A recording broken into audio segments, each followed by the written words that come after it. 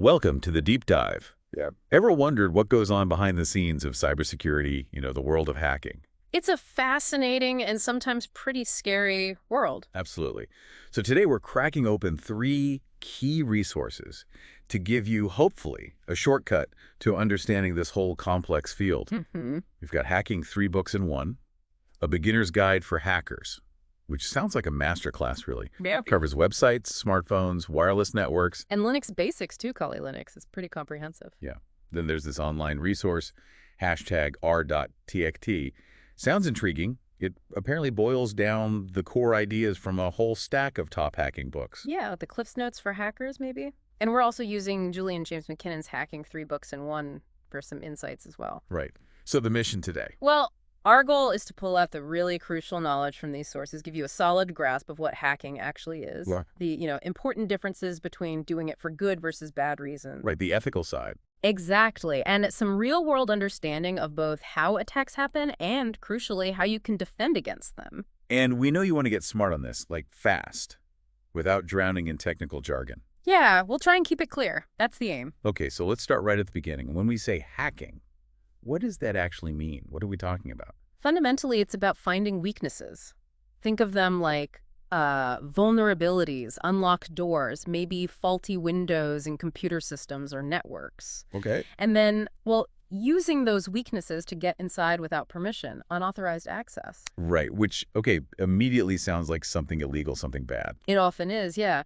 But our sources are quick to point out that these exact same skills, these techniques, they aren't always used maliciously. Ah, okay, so how else would they be used? Defensively, the very same methods someone might use to break in can also be used to protect a system.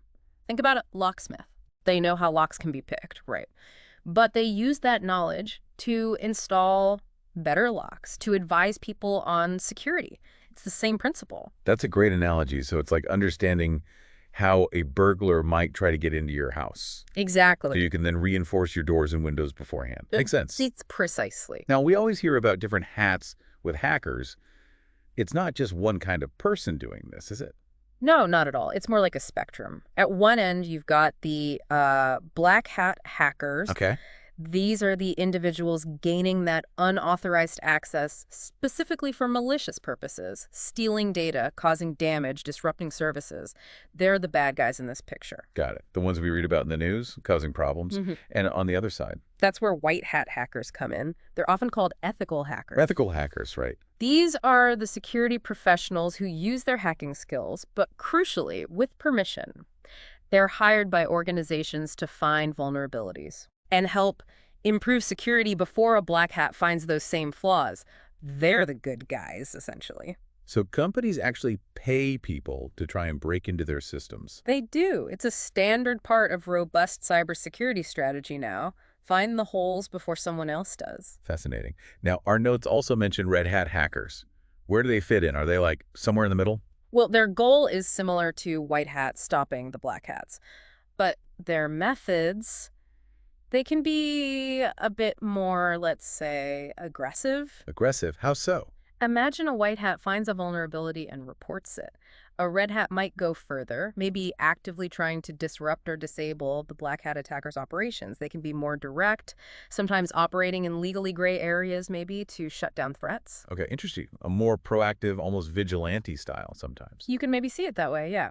Now that #r.txt resource, it also mentions green hat and asks which one you identify with. What's a green hat? Sounds like a beginner. Yeah, that's what I was thinking. That's almost certainly the intention.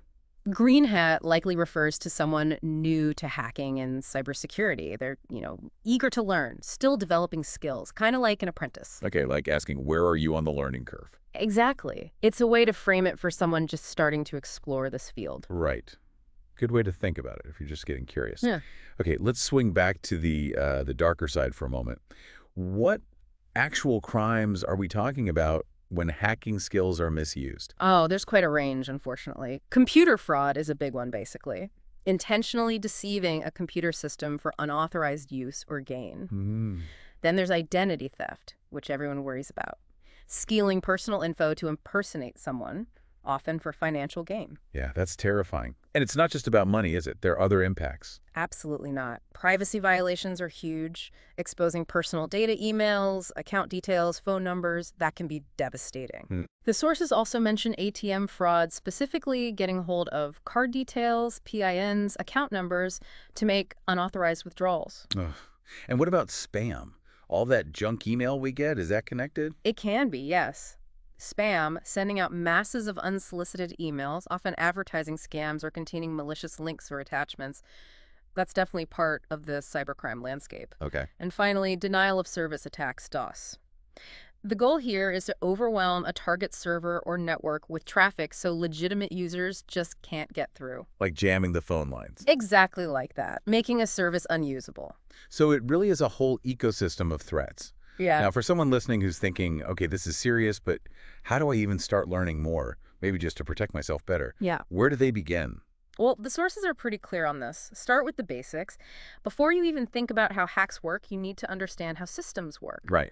Things like computer networking fundamentals, what firewalls actually do, how devices communicate using network protocols. It's like needing to know grammar before writing an essay. Makes total sense. Got to walk before you can run. And how long does this take? Is it something you can pick up quickly? Realistically, no. Learning hacking and cybersecurity isn't like a weekend course. It requires real dedication. Yeah. You need the knowledge, the practical skills, creativity for problem solving, and just time. Months, maybe years, depending on how deep you want to go and how dedicated you are. Okay, so manage expectations. It's a marathon, not a sprint. Definitely. But the good news, according to the books, is that pretty much anyone can learn this if they have the drive. It's not some magical talent. Exactly. If you've got the passion to learn, if you're willing to put in the effort to understand those fundamentals, and you stick with it when it gets tough, because it will, then yeah, you absolutely have the potential. Perseverance is key. Good to know. Now, a term that comes up a lot is penetration testing. Pen testing. Sounds intense. What is it, simply? Think of pen testing as ethical hacking in practice. You're essentially hiring someone or doing it yourself ethically on your own systems to actively try and break in. Okay. Why would you do that? To find the weaknesses. The whole point is to identify those vulnerabilities before the actual bad guys do. It's like a controlled attack simulation. So you're hacking yourself, basically, to find the holes. Precisely. You find the weak spots so you can fix them and strengthen your overall security posture. It usually starts with intelligence gathering. Like reconnaissance. Yeah, learning everything you can about the target system, just like a real attacker would. Doing your homework. Then what? After gathering info, the next stage is often scanning.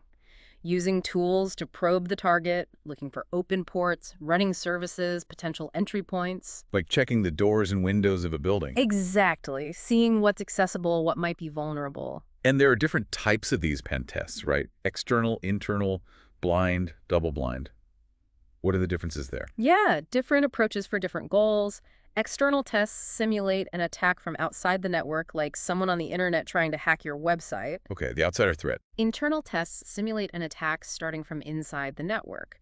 Maybe a disgruntled employee or malware that's already gotten past the perimeter defenses. Ah, the insider threat angle. Makes sense. What about blind and double-blind? A blind test means the testers get very little information up front about the target system. They have to discover things themselves, mimicking a real attacker with limited knowledge. More realistic, maybe. Can be, yeah. And double-blind takes it a step further. In that scenario, even the organization's own security team might not know the test is happening. Wow. It really tests their detection and response capabilities in real time, like a surprise drill. A real surprise drill for the security team. Okay, now how do these pen tests relate to web application firewalls or WAF-Fs? The sources mention a connection. They work together really well. The findings from a pen test, the specific attacks that worked, can tell you exactly how to tune your WAF rules. Ah, I see. You make the W better at spotting and blocking those specific kinds of malicious traffic. And conversely, WAF logs can sometimes give pen testers clues about vulnerabilities, unless it's a blind test, of course. So it's a feedback loop. Pen test finds flaws, WAF gets tuned. WAF logs might hint at other issues. Clever. It's all about layering defenses and constantly improving. Okay, let's shift gears a bit. Something that sounds straight out of spy fiction. Yeah. Social engineering. What's that about in hacking?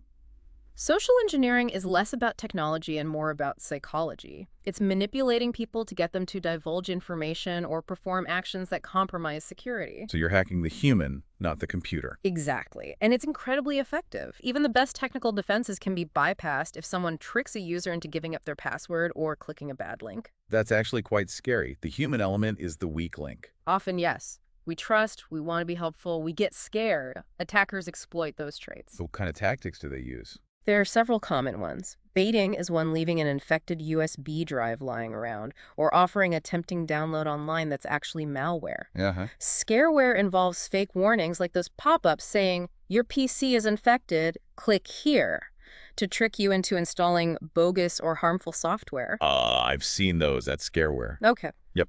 Pretexting is about creating a believable story, a pretext to get someone to give you information, maybe pretending to be IT support. Right. Phishing is very common, sending deceptive emails or messages that look legitimate to trick you into revealing sensitive info like passwords or credit card details. And spear phishing, that sounds more targeted. It is. Spear phishing is phishing aimed at a specific person or group, often using information gathered about them to make the scam seem much more credible. More personalized, harder to spot. So what's the defense against this if it's about manipulating people? Awareness and training are absolutely crucial.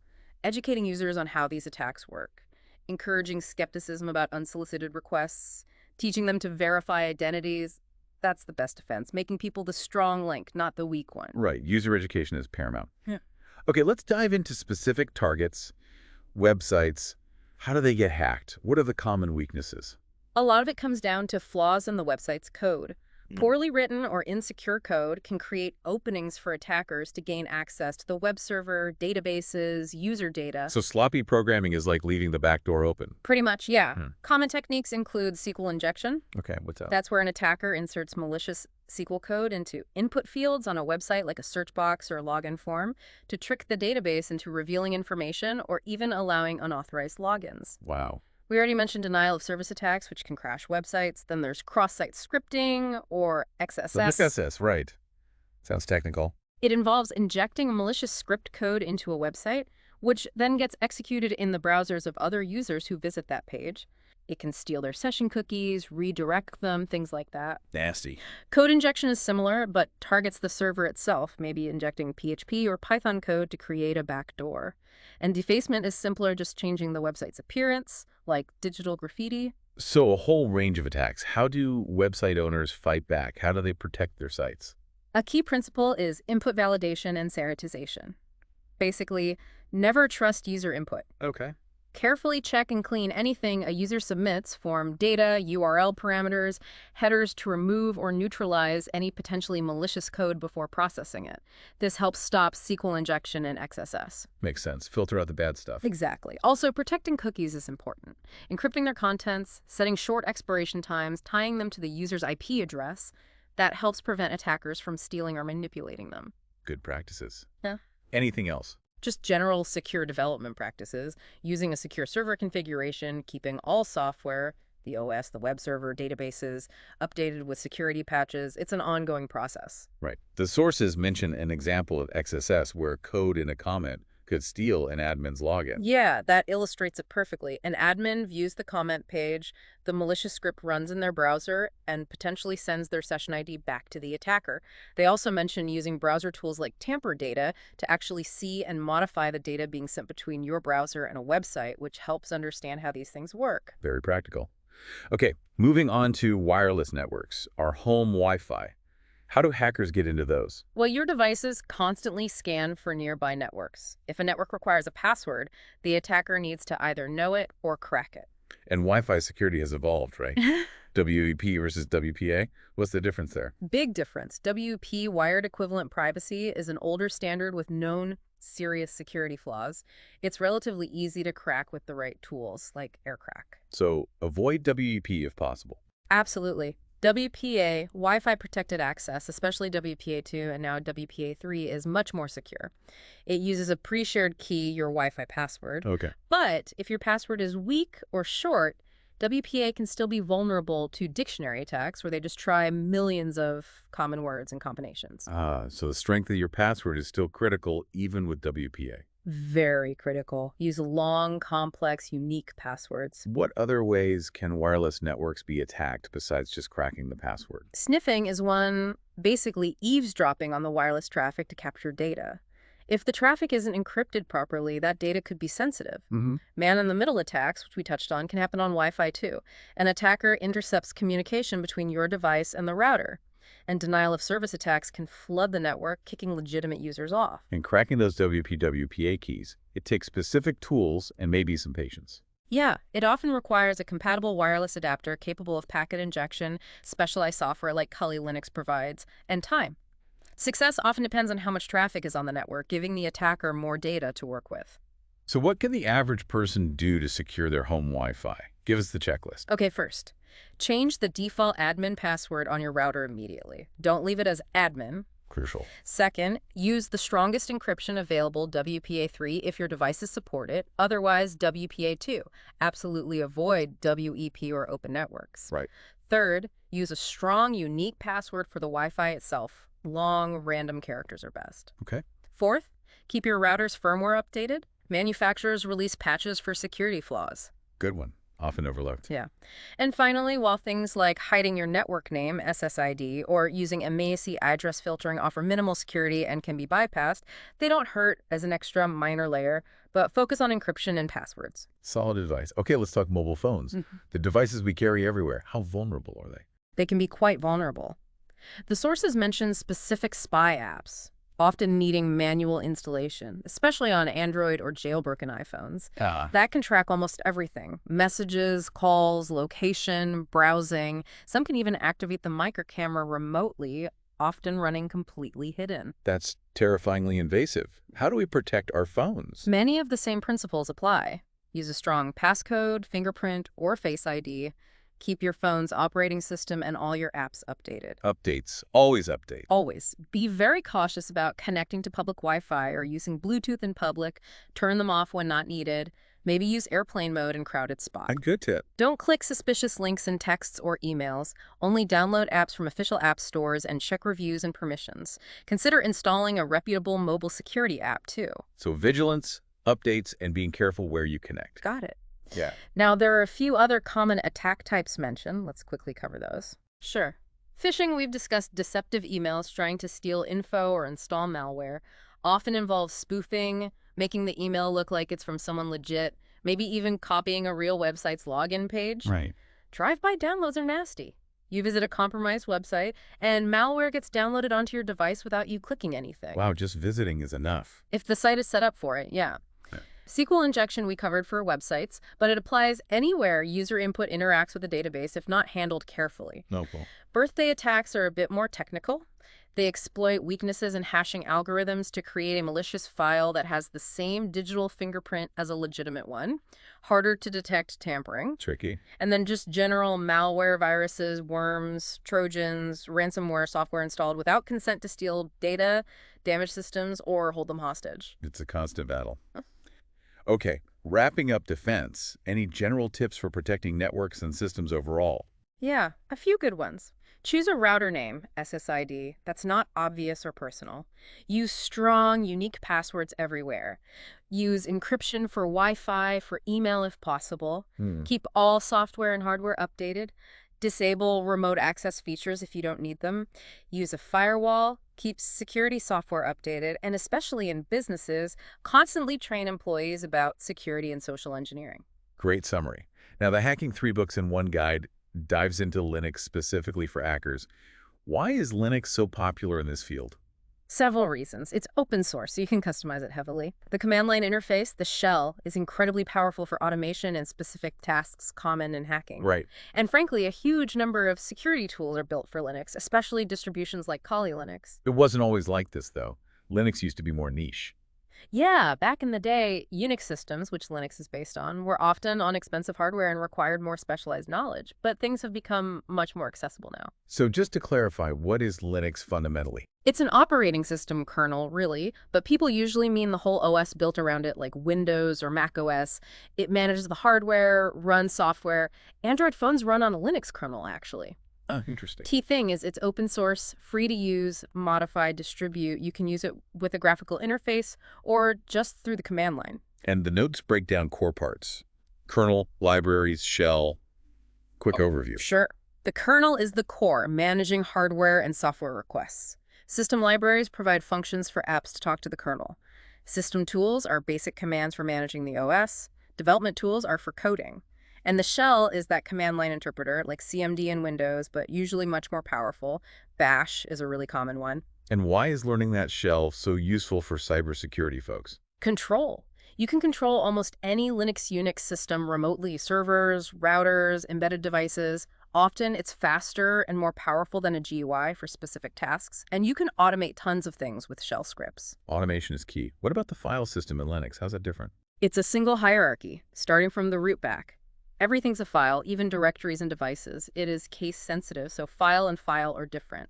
And it doesn't rely on file extensions like Windows does to know what a file is. Okay, important differences. Let's get practical. Give us a few essential Linux commands to start with. Okay, basics. .lia lists files and directories. Lots of options, like A, L for details, A for hidden files. Got it. PWD shows your current directory path. CD changes directory. CD goes up one level. CD, change directory. Okay. mkdir makes a new directory. rmdir removes an empty one. rmdir removes files, and rml removes a directory, and everything inside it. Be careful with that one. Yeah, rmdes sounds dangerous. It can be. mv moves or renames files directories. cp copies them. cp-r for directories. File tries to determine what type of file something is. How? Useful. Man shows the manual page for a command, like manels. Very helpful. And YAML just tells you your current username. That's a good starter toolkit. What about permissions? How does Linux control who can do what with files? It uses read R, write W, and execute X permissions. These are set separately for the file's owner, user, the group the file belongs to, and others, everyone else. Okay. You see them in LSL as like RWXRXR. That means the owner can read, write, execute. The group can read and execute. Others can only read.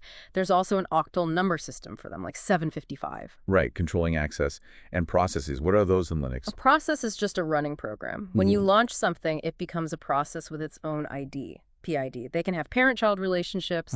Processes have states: running, sleeping, waiting, disk, sleep, waiting for disk, stopped, paused, zombie, finished but not cleaned up yet. Zombie, okay. Yeah, it's a temporary state. Processes can run in the foreground, interacting with your terminal or background, and lets you run things in the background. Right. You can manage them with signals using the kill command. Kill sounds final. It often is. Kill Nagnus 9 PID is forceful termination. There are other signals too. Kill Nagnus npin kill target processes by name. So, lots of control over running programs. How do you monitor system performance?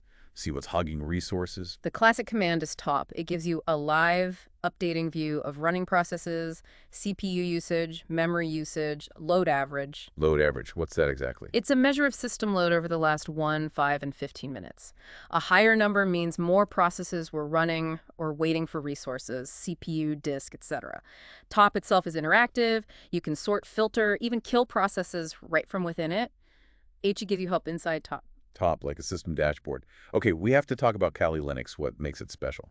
Kali is Linux specifically built for penetration testing and digital forensics. It's based on Debian, but it comes preloaded with hundreds, over 600 specialized security tools. 600 tools, wow. Yeah, it's a massive toolkit ready to go. It's free, open source, well-maintained, and designed for security work. Supports all the common scripting languages used in hacking, too. So it saves you setting everything up yourself. How do you install it? Briefly. Download the ISO image from the official site. Create a bootable USB or set up a virtual machine. Boot from it and follow the installer language, keyboard partitioning, install grub bootloader. Pretty standard OS install, really. Okay. And once it's running, you use those Linux commands we talked about, plus all the specialized tools. Exactly. The Linux basics are essential for navigating Kali and using its tools effectively. So let's look at some examples from the sources of using Kali for pen testing. What's first?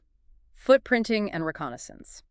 Gathering info, simple web searches on the target, using tools like Whois to find domain registration details, checking DNS records, looking for info leaked on forums. Basic detective work. Yeah, see what's publicly out there before you start scanning or probing. Then you might do network scans to find live hosts and open ports. Okay. What about something more active, like Yeah. keylogging? The sources give an example using Python with a library called Pixhook. You could write a script to capture keystrokes. Ethically, of course, only on systems you have permission for. Right, the ethical caveat is crucial. Absolutely. You could log keys to a file, maybe combine it with taking periodic screenshots to see the context, what website was open when a password was typed, for example. Keylog plus screenshot gives the full picture. What about actually exploiting a vulnerability? Metasploit is the classic tool for this, included in Kali. The example uses an old Windows vulnerability, MSA08067 netcopy. You'd continue Metasploit with the target IP, RHOST, your IP, LHOST. Choose a payload, like a reverse shell, and launch the exploit. If successful, it could give you remote command line access, a interpreter session, on the target machine. So using known flaws to gain access. What about man-in-the-middle attacks on a network? ARP spoofing is a common technique for that on local networks. Use tools maybe like Scapy and Python to send fake ARP messages. Fake messages. Yeah, telling the victim's computer that your MMATO address belongs to the router's IP address. Their traffic then flows through your machine. The example shows crafting and sending these fake ARP packets. Sneaky. You insert yourself into their connection. Finally, password attacks. How does Kali help there? Well, Kali includes tools for various password cracking methods, dictionary attacks using word lists, brute force attacks, trying all combos, rainbow table attacks using pre-computed hashes. You typically need to get the password hashes first, maybe from a compromised system. Right. The sources also mention other ways to get passwords. Keylogging, finding poorly stored passwords, exploiting password reset features, and they give a Python script example for trying to crack FTP passwords using a dictionary list. So lots of angles on passwords. Really hammers home the need for strong, unique ones. Definitely. Passwords are often a primary target. Wow. Well, this has been a seriously deep dive. We've gone from the basics of what hacking even is, through the different hats, ethical hacking, social engineering. Website flaws, Wi-Fi security, the fundamentals of Linux, and then into practical Kali examples like keylogging, MITM, password cracking. Yeah. Yeah, we covered a lot of ground. And hopefully now you listening have a much clearer picture of this whole cybersecurity landscape, understanding the threats, but also the mindset of both attackers and defenders. It's a complex field, but understanding the offense really does help you build a better defense. Absolutely. So, maybe a final thought for you to chew on. Considering the power of these techniques we've talked about, what are the real-world implications? For us as individuals, for society, and maybe more personally, how can understanding this offensive side actually empower you to seriously strengthen your own security, both at home and at work, in a world that's just getting more connected? Something to think about. We definitely encourage you to explore these ideas further. Thanks for taking this deep dive with us.